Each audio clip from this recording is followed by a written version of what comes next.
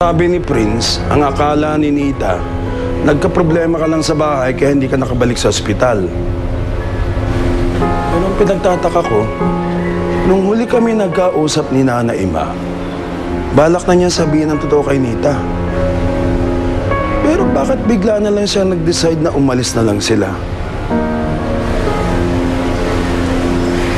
Siguro, tuluyan lang talagang natakot si Nana Ima na baka kunin ko si Nita sa kanya. At talagang natakot siya na baka tuluyang maging target si Nita ni Misty, pati na rin ni Danica. Eh di kung ganun, di mapapabuti ang lagay ni Nita doon. At saka ayaw mo nun, malalayo siya sa gulo. Yun nga lang, malalayo siya sa'yo. Alam po ba ni Prince kung nasaan sila eksakto? Hindi daw binigay yung address eh. Pero nangako na makikipag-communicate at mag-i-email.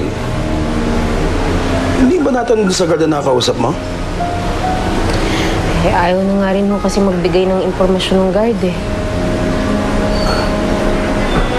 Ibale, madali yan. Magre-research ako.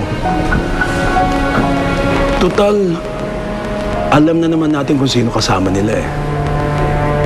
Diba? Sige.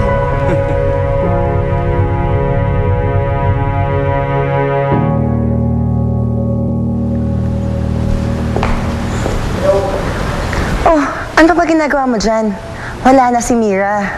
Malungkot si Kuya. Punta ka na dito. Siyempre, hinihintay ko na siya yung mag-imbita sa akin dyan. My God, mag-inarte pa ba? Alex, siguro naman may karapatan ako mag-inarte. Matapos na nangyari sa amin kagabi.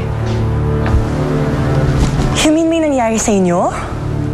In fairness, siya pa ang nag-initiate. Well, I guess malapit mo na talagang palitan si Mira. It's time to celebrate. Tara, let's go out. Teka, di ba may work ka? Yeah, that can wait.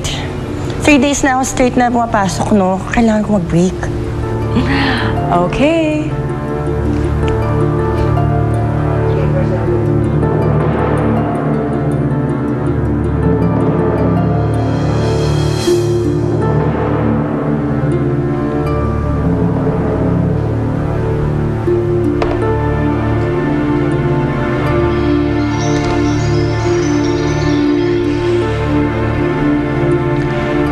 Sinong tatawagan mo?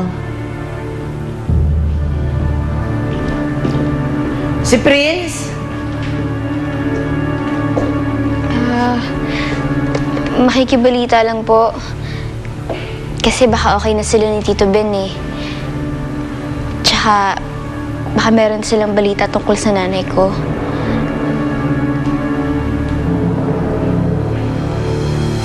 Nanay na naman. Eh bakit po ba?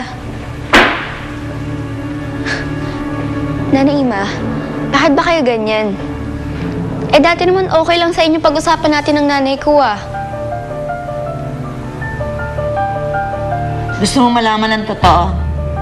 Gusto mo sabihin ko sa'yo kung ano ang inamin sa akin ni Ben tungkol sa nanay mo?